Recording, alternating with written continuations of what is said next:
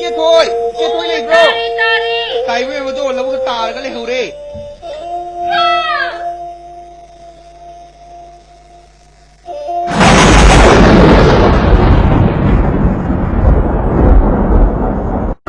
Ah!